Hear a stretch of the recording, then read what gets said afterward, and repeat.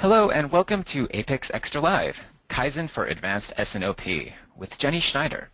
My name is Christopher Jablonski, Staff Editor with Apex. And before we begin, I'd like to run through a few details. At the end of the presentation, we'll save time for a question and answer session. If you look at the right toolbar on your screen, you'll see a questions box. And if you'd like to ask a question at any time during the presentation, simply type it in the box and click Send. Should you experience any technical difficulties during today's broadcast, please call GoToWebinar support at 1-805-617-7000. This presentation is being recorded and will be available at apex.org/extralive early next week. Now it's my pleasure to introduce our speaker for today's broadcast. Jenny Schneider is the Sales, Inventory, and Operations Planning Manager for Allegion, covering the company's Americas and European regions. She also is Regional Materials Manager for the Americas, responsible for leading material strategy, planning, and control. She is a certified Six Sigma Black Belt, and she is author of the Sales and Operations Planning Department in Apex Magazine. So everybody, please give a very warm welcome to Jenny Schneider. Jenny, you may begin. Thank you, Christopher. Good morning, good afternoon to everyone on the call. I first would like to apologize. I do have a cold, so if I do have to pause and cough, I do apologize. In the middle of summer, somehow I've received one, and so it's always good to have a cold in August. But as Christopher said, thank you for attending today's webinar. Today we are going to discuss Lean and PSYOP, which to many that is a recipe for complete boredom, and I understand that. I'm actually often ridiculed by my colleagues of having one of the most fun jobs in the company.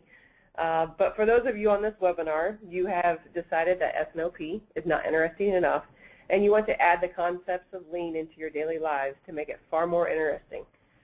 So let's give you a little bit more background of who I am. I've been in the industry for 16 years. I've been working for Allegion, and actually prior to that it was called Ingersoll Rand, and I'll give a little bit more background on that for 16 years. I started my job as a chemical engineer, but was immediately sent to a training class in Dallas to learn lean manufacturing concepts and implement them on the machines I was responsible for. So I came back. I had fun implementing Kanban, 5S, and standard work. And since that first class, I continued to do lean manufacturing in various roles until I became a full-time Black Belt certified by my company in Lean and Six Sigma.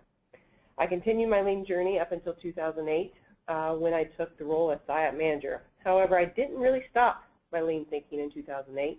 I started performing Kaizens on the PSYOP process immediately because, as you know, for those of you who have experience in Lean, once you've been trained and once you see the success of it, it becomes a part of you. And so today, that's what I would like to talk about, is that Kaizen for enhanced S&OP. So I'll cover 6 main areas of focus. Let me get the slide switched. First, I'll give an overview of my company so you can understand my background. Then I'll provide some background on our Lean journey with our PSYOP process. Next, I'll discuss how to determine whether your process is in need of repair. If it is, then we can discuss what pre-work is involved when doing a Kaizen. I will then outline some tools that you can use while doing the Kaizen, and then finally how to confirm your results were successful. And just one quick added note before moving on. Industry standard is to say S&OP. My company uses PSYOP. So I've already had my brain switched to using PSYOP. So what that means for those of you, in case that is a question, PSYOP stands for Sales, Inventory, and Operations Planning. It's just what our company has called it, even though I know the industry standard is S&OP.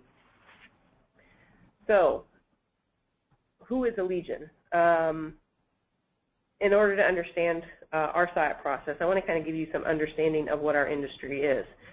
Most likely, for all of you on the phone, you are in a building, or in that conference room, you most likely see one of our products. Look around you and find the lock on your office or conference room door, the exit device that you potentially saw when you walked into the building, or the credential reader that provided you that access to come in this morning. Our products potentially were the ones that you touched and didn't even know it. They're taken for granted as always there and always working, We are the company that makes the world safer and secures the places where people thrive. We're primarily known for our brands rather than our company name of Allegion, and that is because in December 2013 we were a spin-off from Ingersoll Rand to become a global company covering residential and commercial applications. So what are our brands? Primarily they're Schlage, LCN, Von Duprin, and those are the brands of choice for North America and Asia. In Europe and Latin America, it is Chiza, Bricard, and Interflex. We are about a $2.1 billion global provider of security products and solutions with sales in over 120 countries. We have 19 production facilities located around the globe in North America, South America, Europe, and Asia Pacific, and have about 8,000 employees.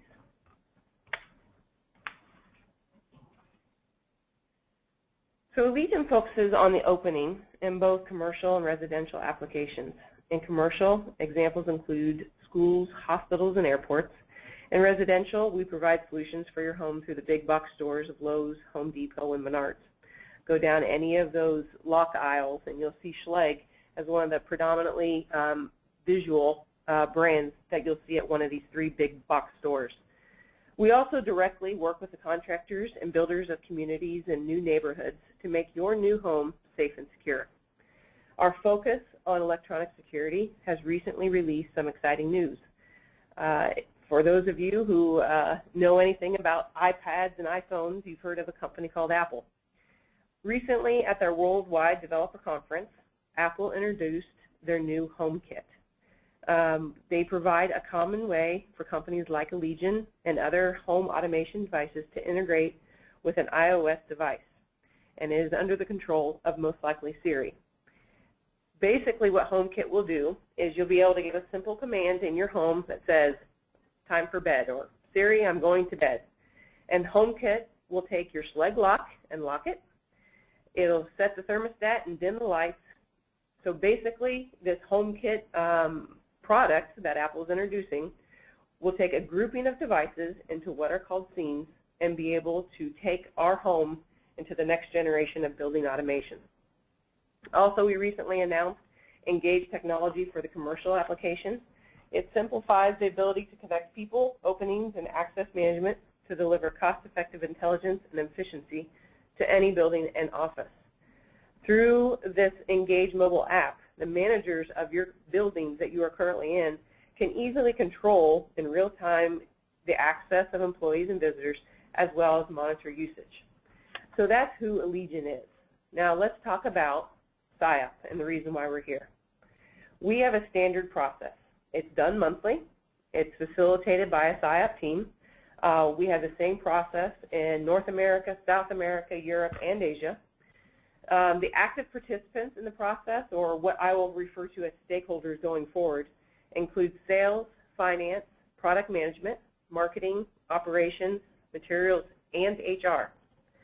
Our hierarchy of data is in dollars and in units, and we can slice that data by product structure and by geography.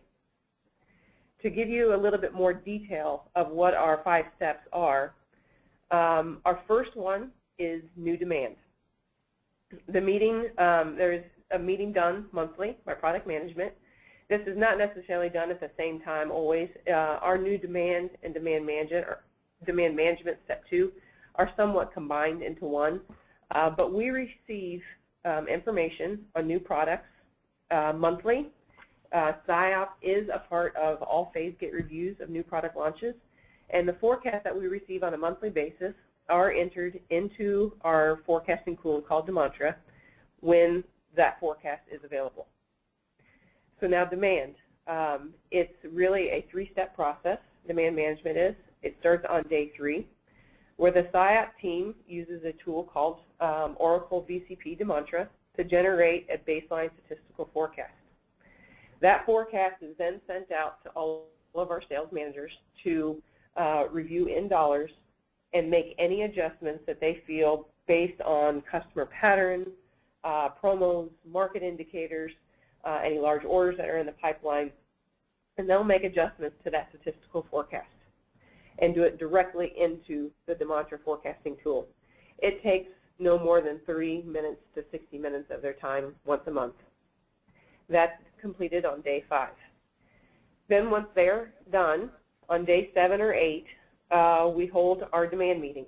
It's approximately a 2-hour meeting where we have sales, product management, and marketing at the vice president level or at one of the higher levels. Each representative of those 3 groups come together. We review the forecast in dollars by brand, and we adjust that based on customer and market intelligence, promotions, and any new products coming in the pipeline. Once that's complete, we send that forecast to supply. So that's step 3. And the supply occurs at the plants, and each plant has their own supply meeting.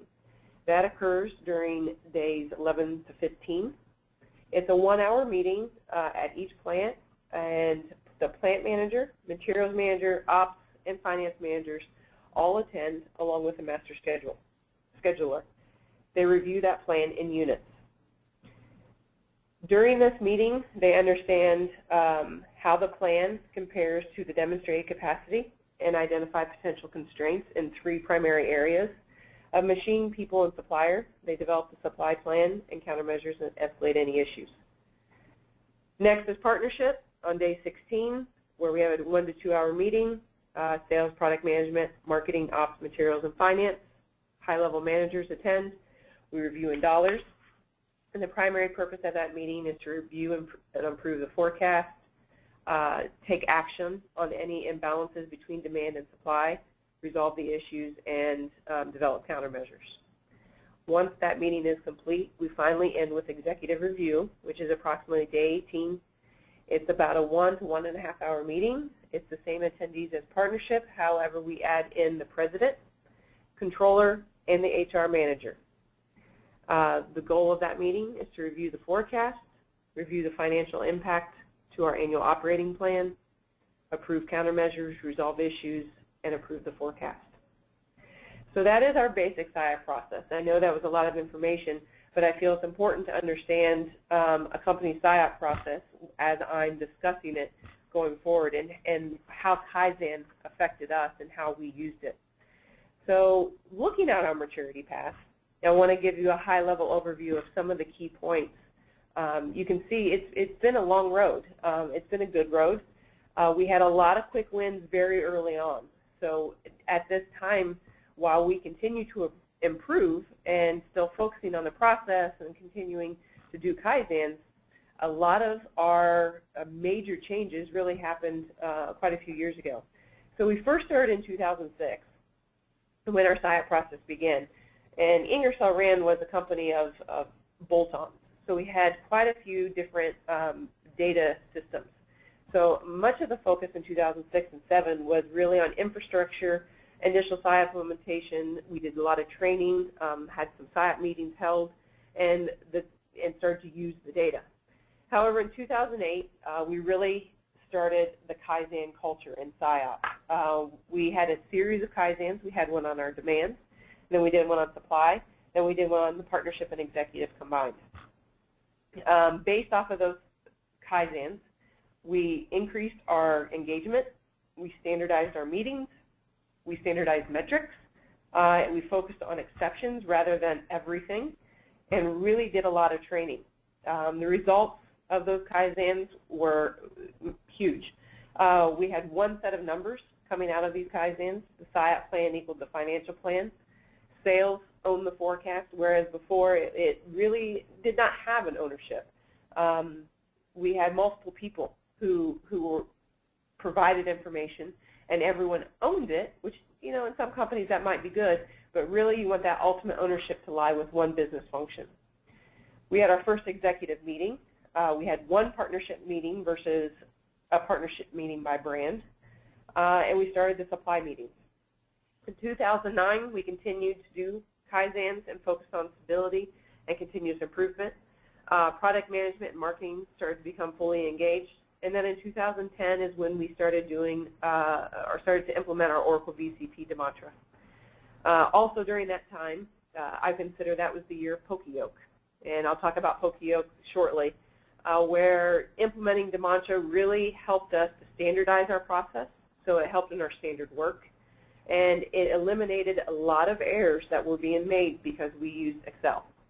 Excel is a fantastic tool, but it does allow itself to cause many manual errors. So 2010 was the year of Poka-yoke for us. We also, during that time, did supply Kaizens, where we were able to improve our rough cut capacity planning and our supply meetings and continue to improve our process of connecting the forecast to the component level material ordering. 2011 then, we continued with our continuous improvement and started to take SIOP to other regions going into 2012 and 13 and 14.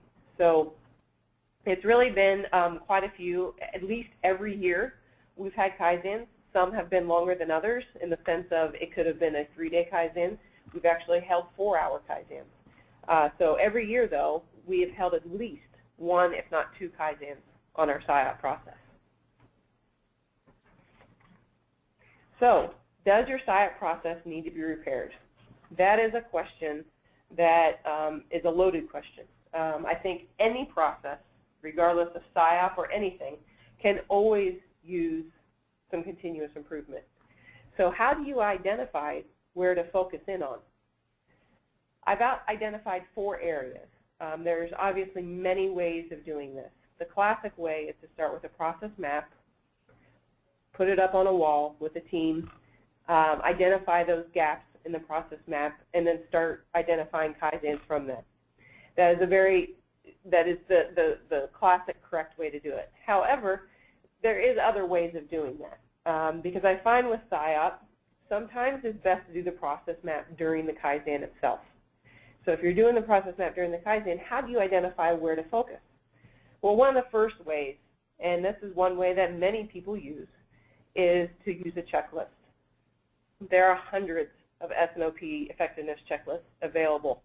They are a good tool to use, but only advise their use if you as a SIOP manager has help from someone outside of the SIOP team, either internally or external to the company. And this person needs to have had experience in a functioning SIOP process in a former position or in their current one. Doing the assessment alone as a SIOP manager or with your SIOP team or even with stakeholders sometimes can cause obvious subjectivity. And I shouldn't say sometimes, it always does. SIOP managers in charge of a broken process often cannot accurately believe that their process is a barely functioning series of steps that most people find non-value added.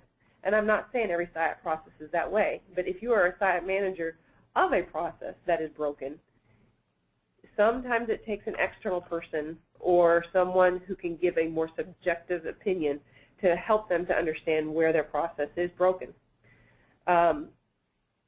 Unlucky for a company, managers sometimes struggle with this and have too much bias to the positive. So another major reason why I struggle with these checklists is because many managers really don't know what they don't know. It's not because you are purposely filling out this checklist trying to make yourself look better. It's sometimes you just don't know it yet. You're still learning. SIOP is a philosophy that everyone has their own opinions of, and it's a very vast philosophy. It covers many areas. So speaking from personal experience, I had done a checklist many years ago, and I felt I was pretty subjective. Of course, everyone feels that they are. Who knows if I was? But I know in one area, I thought I was being subjective. But it turns out it wasn't necessarily that I wasn't being subjective. It was more I didn't know what demand creation really was. So I scored ourselves on demand creation pretty well. I thought, yeah, we're doing it. I understand it. I think we're doing a pretty good job.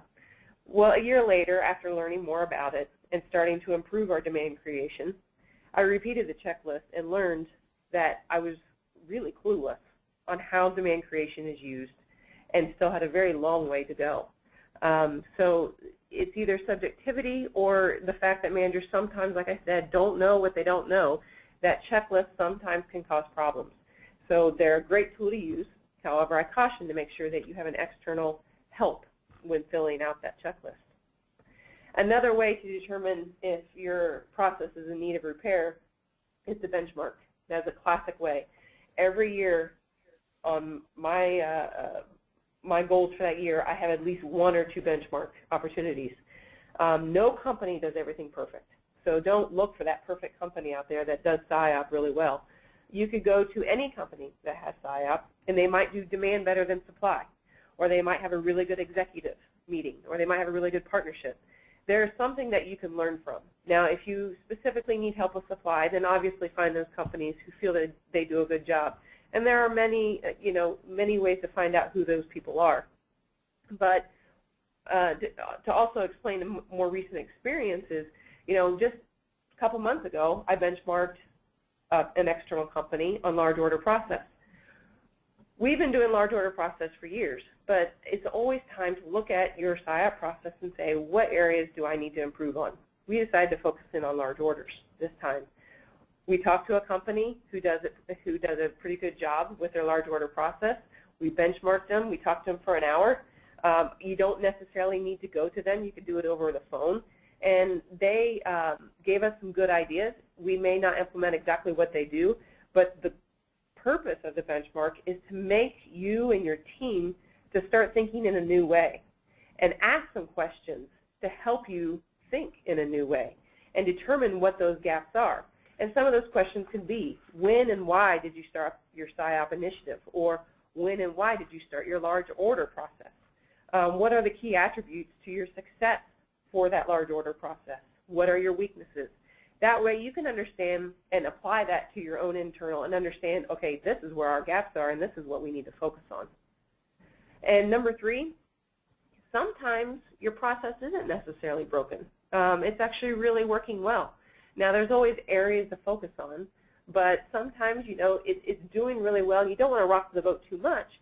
However, sometimes you need to do a little recharge. This happened to us probably about 2 years ago. Our process was working really well. There was obviously little things to focus on. There always is. But our partnership meeting, I felt it was time for a change. I wanted to make it more effective than it was. Even though we had great attendance, great discussion, it was time to say, okay, let's take this to the next level. And let's bring it to that next level of succeeding or, best in class. And so we had actually a Kaizen on our partnership meeting. We had a 4-hour meeting. We brought all the key stakeholders in. We looked at it and said, what can we do better? And so while it may not have been broken, our partnership meeting, but it was time for a recharge. And coming out of that meeting, or that mini Kaizen, we found we had taken the analysis more streamlined. We were able to get to conclusions better. And overall, it just resulted in a better, more effective partnership meeting. So finally, the last thing you can do to understand if your process is in need of repair is to ask your internal stakeholders one question. Is the process value added? Now that is a very loaded question, and you will get a lot of responses on that one. I caution that you must be ready to accept their answers with a positive attitude, because asking someone if the process is value added can open a Pandora's box. And very easily, if you don't keep the conversation controlled, can turn into a complaining session. I ask this question in this way because it immediately gives the stakeholders I work with an open invitation of how they really feel. However, if you as a SIOP manager or whatever your function is, if you don't feel you're ready to ask that question of your colleagues, then I suggest asking it in a different way. How can we make this process more effective? So instead of asking that loaded, is this value added to you, change it, soften it, and say, can we make this process more effective? That also gives an open invitation for people to give you ideas for possible improvements. Now, understanding what some of these, the feedback from checklists, from questions, from all the different benchmarking opportunities that you might have, understanding what the main root cause of some of these subjective feelings that you're receiving back from these different areas and classifying those into a possible list of scenarios sometimes can help you zero in on what the Kaizen really should be on. So below are some lists of scenarios that causes non-value added results. The first one, top management supports the process in name only. That is one of the worst and most severe situations to be in. If this is true, I think you probably already know that. You didn't have to take a benchmarking. You didn't have to ask anybody because you already can feel it. Excuse me. All the processes are obviously more successful when supported by top management, but for SIOP, it really is essential that the top management is proactively leading the charge. The process cannot be owned by the SIOP manager. It must be owned by the president or CEO or to whatever level the SIOP forecast is reviewed. Many times the #1 reason SIOP fails is because top management does not have ownership. And to ask yourself certain questions to really understand, do I have the support of top management? You can ask the question of, do the stakeholders attend the SIOP executive meetings? And the CEO or president, do they hold accountable those attendees? Is SIOP talked about outside of the SIOP meetings? That is one thing that was an indicator that SIOP was really starting to have a culture change here at my company, is when people brought up the SIOP plan and we weren't in the SIOP meeting. So that is definitely a very positive indicator that management is supporting. Another question you can ask yourself, does top management, can they explain the link between business strategic planning and SIOP planning? So understanding, and I've talked about this in a recent article that you can look into more detail, but understanding if top management supports the process is very key in making sure the success of SIOP. And if they don't, executive meeting should be one of your first Kaizens. A second scenario to consider is that the financial forecast is not derived from SIOP forecast. If finance sends operations a forecast that is not tied to the SIOP forecast, then there is immediate confusion. We had this very early on in 2006. We had a finance forecast, we had a SIOP forecast. Obviously the plans went with the finance forecast because that's what's rolled up to corporate. So what is the point of having SIOP if they're not linked? You need to have those linked together, or at least to be able to make the bridge of how they're connected. The third scenario that might highlight a potential Kaizen, attendance is lacking or discussion during the meetings is stagnant. If you find that as a manager you need to start taking attendance again to report the recent poor performance, then you may have a problem. If you find that the meetings have become monotonous and the group is speeding through the information without discussion, then it is most likely time to understand what the stakeholders are thinking.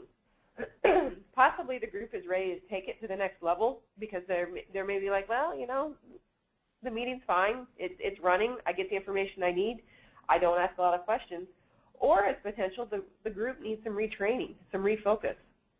What's important to the company today is not the same as what it was before. So potentially you need to relook at a redesign of one of your meetings like I talked about before. And finally, another scenario is metrics are not improving. That's an obvious one. If you find that your metrics are getting worse or you're continuing to be in what you consider the red zone, the SIOP team and stakeholders need to look at the process and say, how do we improve our metrics?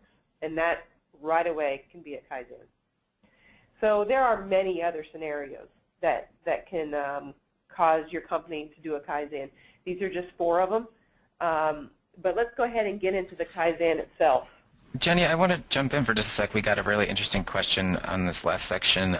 Gail's asking, when you're trying to get your internal stakeholders to tell you if something is value added, how can you avoid not wanting to hurt their feelings and to make sure they tell you what's really wrong? When you say not hurt theirs, are you talking to the SIOP manager or the stakeholders?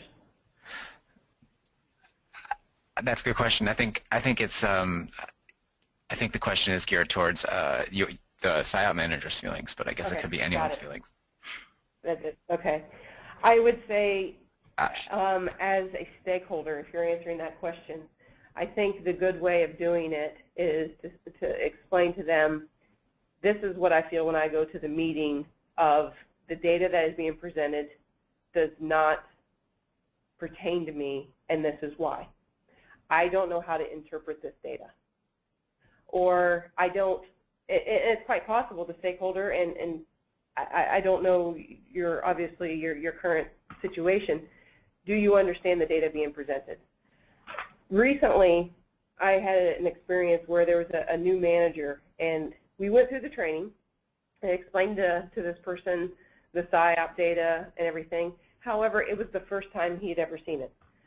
A couple meetings go by, and I realized later on, after talking to him again, he was still somewhat confused on the data being presented, so he wasn't asking the right questions.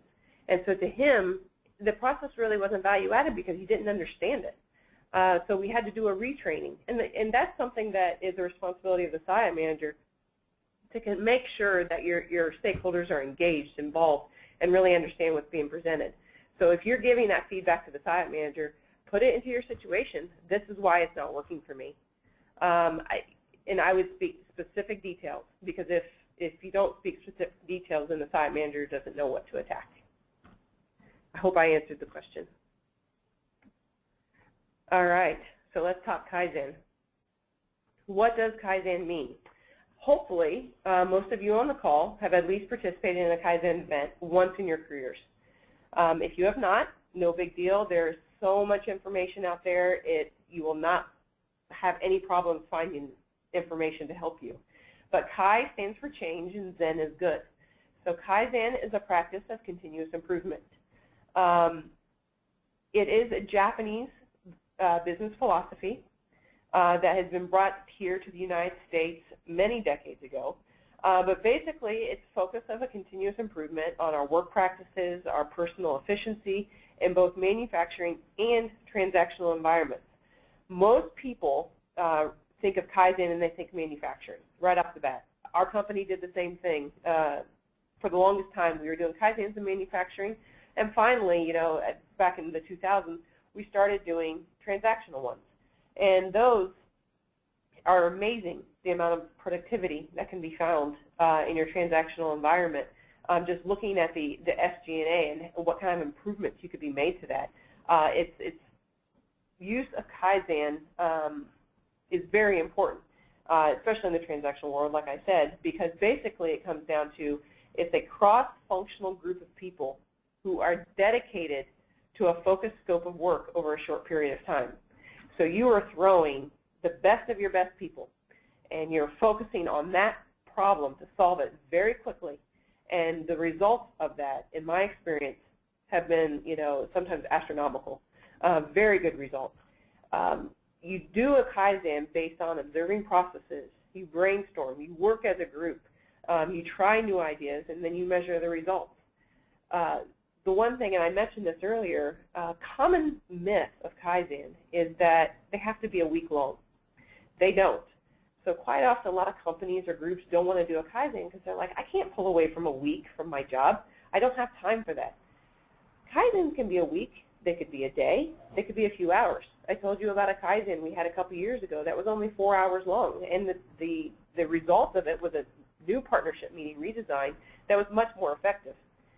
So to me, the other biggest benefit of a Kaizen is a sense of ownership. I talked about that cross-functional group focusing on a specific task to get a result.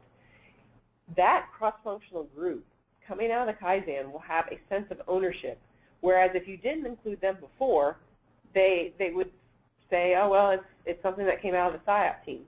By doing the Kaizen with your stakeholders, they have that sense of ownership because they made the decisions to get to the results that you have. So the key to any successful Kaizen is making sure you have the key stakeholders and it's owned by all the business functions that are directly affected by the result of that Kaizen. So in subsequent slides, I'm going to throw out a lot of information on what kind of pre-work, what kind of tools, and there are, like I said before, there's so much information out there on Kaizen, but I have geared this presentation to PSYOP, so some of the tools I throw out, there are others that you might find useful. These are just a few to consider. So when you're developing your first Kaizen, hopefully some of these tools will help you in deciding how to narrow your focus and how to get the success out of that Kaizen. So before you start any Kaizen, pre-work is essential. you cannot do a Kaizen without doing the pre-work steps first. If you don't, there's a very good chance that it will fail or at least produce limited results. Pre-work allows you to go into this meeting or into this event, because it might be only 4 hours, you don't have the time to go research. You have to do this before you go in. So what's the first thing to do before you actually have the event itself? Determine the focus of the Kaizen based on feedback from your stakeholders, based off of benchmarks, based off of the checklist, based off of any of those different areas, and identify what those current issues are. Second, develop your project charter.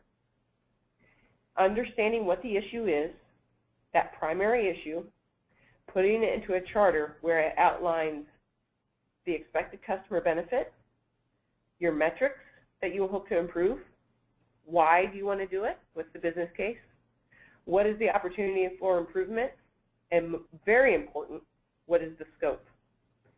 Keep in mind and understand, is this going to be a day Kaizen, a 2-day? Because understanding your scope, you don't want to boil the ocean. You need to understand what's in and out of scope that you can reasonably accomplish within the time that your Kaizen is scheduled for. 3, perform a stakeholder analysis to understand where the stakeholders are and what their views are towards the process. You could have done this during your conversations with them when you ask, is this process value added?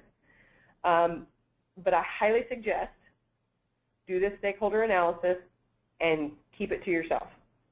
Keep it to your manager and your SIOP team. Do not publish this. This is not something that is really supposed to be out in the open that, Joe from sales does not support SIOP, because maybe he really does to him, but maybe not in the true sense to what you think his support should be. This is just to help you understand, based off of this analysis, who should attend the Kaizen. Because having the people who may not engage in the process or are most vocal might be the ones you really want to attend the Kaizen. Often, many times, the facilitator of a Kaizen tries to avoid those attendees that are very outspoken, but I highly recommend that you include them. Take on the challenge of inviting them to the event, because they tend to help the team think out of the box, because they will challenge you, and they get the discussions flowing. Secondly, if you don't invite them, once the Kaizen team has come to a result and starts to implement it, it's quite possible that stakeholder will be vocal enough to put holes into your results and then put doubt into the stakeholders that they made the wrong choice. Do not be afraid of taking on the person who is potentially your biggest struggle. Number 5, as the SIOP manager, do your research. You know what the issues are. Search online. Look at reference books. Benchmark. Contact external SIOP colleagues. You do not need the stakeholders for all of this. Get your research. Get the information. You are going to be the subject matter expert for your company. So find out what is the best practice out there. Find out who's your consistent go-to resource during the Kaizen. That if you want this certain book as your resource, use it. There is, like I said, a SIOP philosophy that is core to everyone, but how you go about implementing that philosophy is the job of the Kaizen event itself. But make sure you stay true to the philosophy that you want to implement for that company. And finally, conduct those key stakeholder discussions prior to the Kaizen to make sure that they understand the purpose of the Kaizen. Send out that project charter. Make sure they understand what the scope is. Make sure that they are on board with the scope. Have them physically sign off on that project charter, that they understand what their roles are and what the scope of this Kaizen itself is. All right, so going into tools. During the Kaizen event itself, there are, like I said, a multitude of tools. I have found these to be the most beneficial. Early on in this webinar, I talked about doing a process map. That could be something that would be a good kickoff early on before doing the Kaizen. To do as a team, what is our process, what are the steps, and from that process map to identify the Kaizens. However, I like to actually do them during the Kaizen itself. So once we have decided what our primary issue is, go ahead and map out the SIOP process. And then while you're doing this, do what I like to call the swim lane process map. For those of you who don't know what a swim lane is it's basically the same as a process map. The only difference is that you can visually distinguish the responsibilities for those decisions made or those sub-processes by business function. So if you look at my picture, this lane is all of the decisions being made or the tasks are being completed by this business function. So in SIOP, you'll most likely have a sales lane. You might have a product management lane, a marketing, and so on. So this helps you to understand who is responsible and who is doing what within the SIOP process. Starbursts, these little red things that you see, those help to identify areas of focus. They could be the focus for that Kaizen event itself, or they might be put into a parking lot for a future Kaizen. So those are the starbursts that you can identify, hey, this is an area that we need to focus on, and not maybe today, but maybe in the future, or yes, this is one of those things we need to make a decision on today or during this event. So some of the other tools you can use, 7 weights. That is a big one, or 7 mudas, as lean experts would also know them by it. Those 7 weights, you can remember them by an acronym that is commonly used called Tim Wood. It's transport, inventory, motion, waiting, overproduction, overprocessing, and defects. Now right off the bat you're thinking, that all sounds manufacturing. That does not relate to SIOP. I don't know why I would even waste my time. To give you a couple examples, looking at transportation itself, how would you translate that to SIOP, and how can that be a waste to identify? Well, one example is, think of how often forecasts are routed to multiple people for multiple approvals prior to meetings or during meetings, or how often those documents are sent to multiple people, whereas if you had everything done streamlined, maybe you don't need that Jack in the Northeast to approve something, and understanding how can we decrease the amount of information that is transported around and make it more concise. 2, looking at inventory. The stacks of paper that you print off to look at forecasts, and having that sitting on your desk, and which one's the right one, which one isn't which one's the wrong one. More importantly, that I would like to point out is overprocessing. How many meetings are redundant? How many meetings? If you remember early on, I said we had a partnership meeting for every brand. We had 16 brands. Now, we didn't have 16 partnership meetings, but we condensed those to about 5 or 6. Our overprocessing was inhibiting our ability to get any work done because we had 5 partnership meetings. So that is an example of redundant meetings. Defects, very, very common one in SIOP. If you don't have one source where all of the forecasts are stored, and instead you use Excel, how often is the Excel document messed up because someone just made a mistake, or how often is that Excel document passed around to multiple people, and then as they pass it around, you don't know which one's the most updated one. So defects is a very big one also. So moving on, just because of interest of time, you have the 5S tools. You can look at sort, straighten, shine, standardize, sustain. Again, sounds manufacturing, but think about if you have a central point of where all these files are stored. If you have a SharePoint or a folder out on a common drive, is it intuitive to the common person to be able to get in there and say, oh, I understand where this file is? Setup reduction is another common tool. You can use that to minimize the amount of time consumed in changing from one task to another. So one of the big things is using a forecasting tool versus multiple spreadsheets. Poka-yoke, I talked about this earlier. For those of you who use Excel, it's a great tool. However, when we were using Excel, we had so many errors because we had an Excel worksheet for demand. We had one for partnership. We had one for executive. That I always had to make sure, did the demand forecast for one of our brands, was that the same as what was on partnership, then on exec? I spent hours every month making sure that we didn't have mistakes between all these Excel spreadsheets. Poka-yoking your process is probably one of the #1 tools as a SIOP manager you must use, because what is SIOP if the data cannot be believed? You have got to eliminate the defects and the errors. Finally, another tool is brainstorm solutions and then multi-vote. Basically, you want to prioritize the actions you want to complete, have the team focus on what is most important, and then drive a deeper level of discussion within the team around the priorities and why. So once you have figured out what you're focusing on, one second, I'm trying to get the, there we go. Once you figure out what you're going to focus on and what changes you're going to make, standardize those changes into standard operating procedures. Develop a RACI diagram. It stands for responsible, accountable, consulted, informed. As you can see here, these are some of the process steps of our demand. It's very high level, very simple. And then I said, okay, who's responsible for that step? Who's consulted? Who's accountable? Who's informed? This was just a very high level example.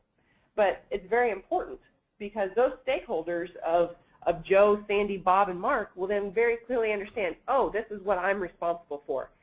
This must be completed before you leave the Kaizen event. And then finally, the use of a Kaizen newspaper or action item list. Before you leave a Kaizen, the amount of action items should be very limited. The goal of the Kaizen is to get it completed before you leave. However, as with anything, there are still some action items that might need to be done. The use of an action item list is very important to make sure that they do. And one last comment I want to make about Kaizen is what I said in the orange box. Attitude is everything. So for those of you who are on the call, I don't know if you're the SIOP manager or the facilitator of a Kaizen, it is very important that your attitude during the Kaizen is positive, is progressive, and is to be a leader. You are the subject matter expert on SIOP for the company if you're the SIOP manager.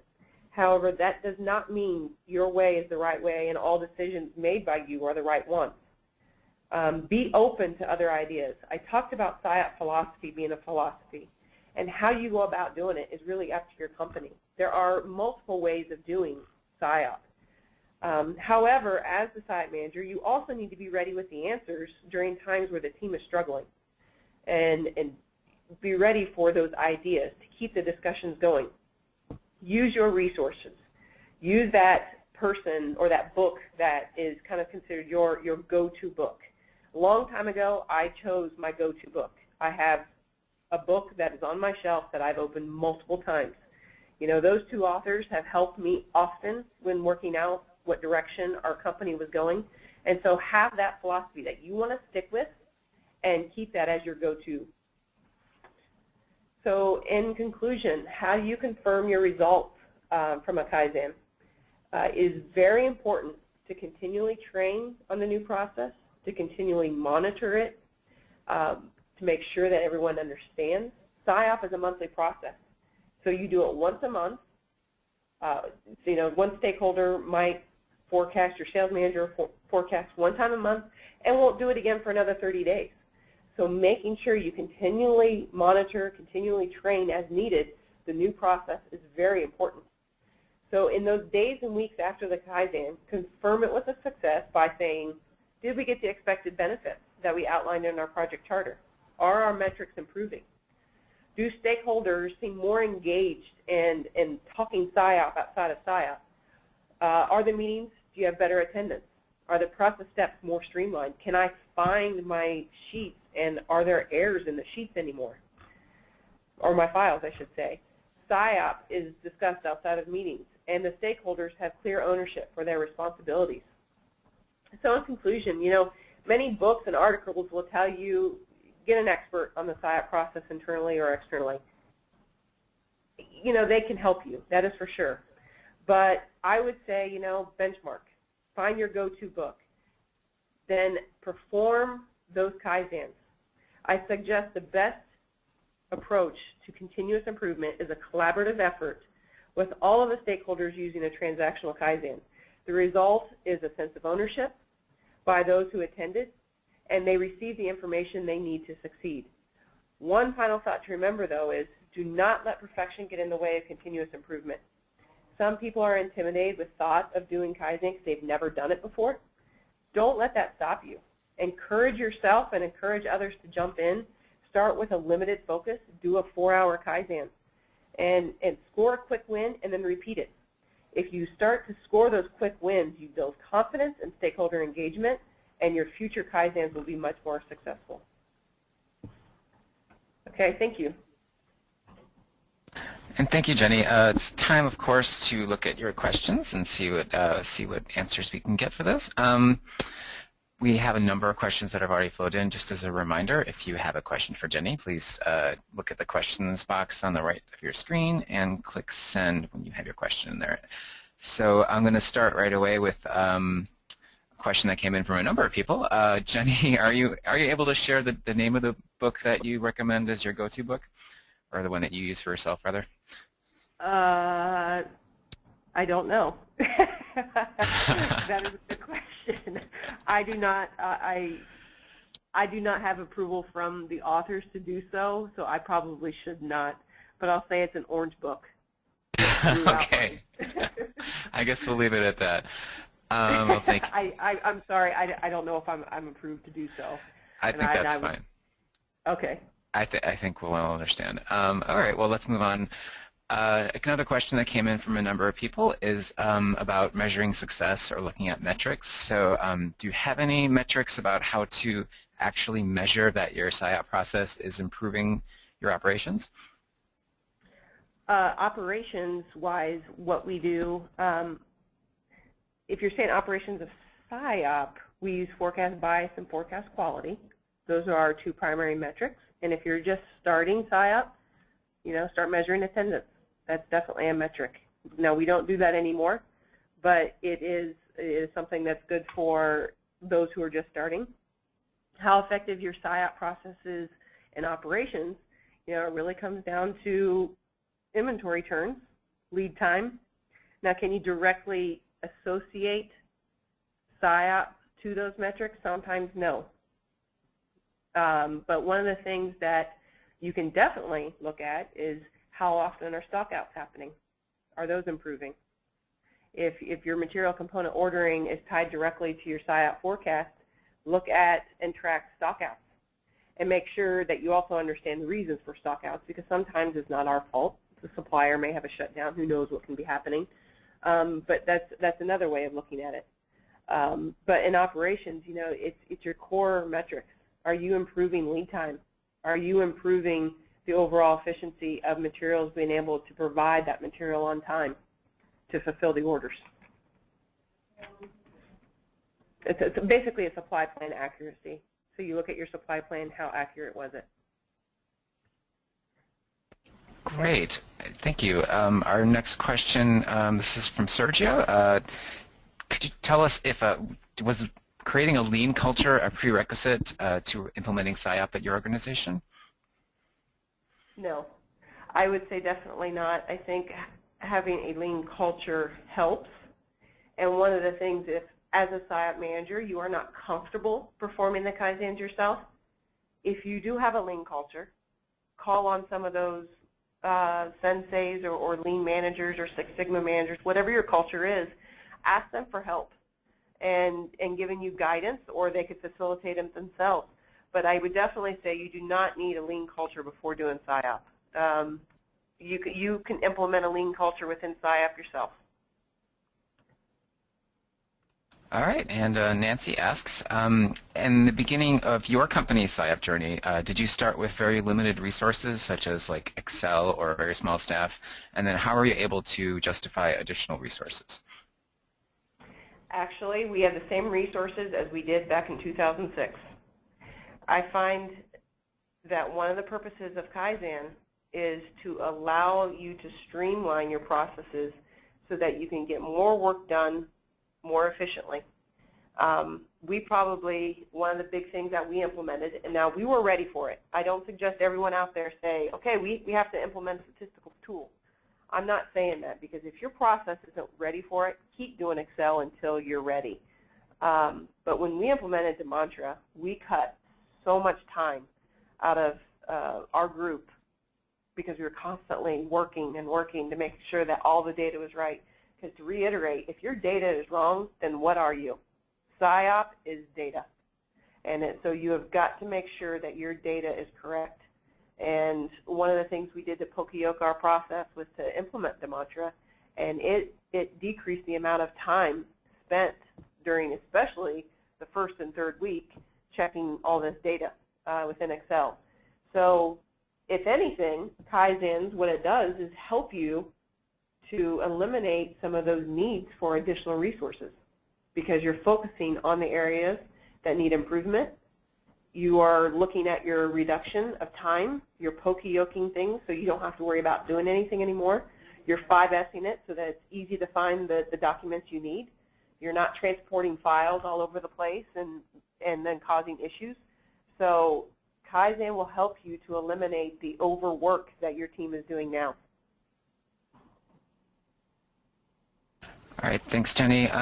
Moving on, another question that came in from a few people. I'll try to condense. I think the general sense is that how is it possible to align units and dollars, since that's not necessarily a one-to-one relationship? Correct. We use the average sale price. We take, so within our families, we take the average sale price for that family for the last 4 months and then apply that to the dollars. And actually, let me rephrase that. We take the average sale price from the last 4 months, apply it to the units, because we forecast in Demantra in units, and then convert it to dollars using that average sale price. Okay, and I think we have time for just about one more question, or possibly two quick ones. This is maybe not something you're able to share, but maybe you can give a general answer. Carlson wants to know what level of forecast accuracy you've been able to achieve by the 8 years you've been doing your PSYOP process. At a total commercial level, so we have multiple regions, but I'm obviously most familiar with commercial Americas. We were able to significantly improve. Well, I would hate to go into exact numbers, but I would say I would consider us, in comparing us to the general industry, best in class at a total commercial level. There's always room for improvements anywhere, even if you feel like you're somewhere in the best in class.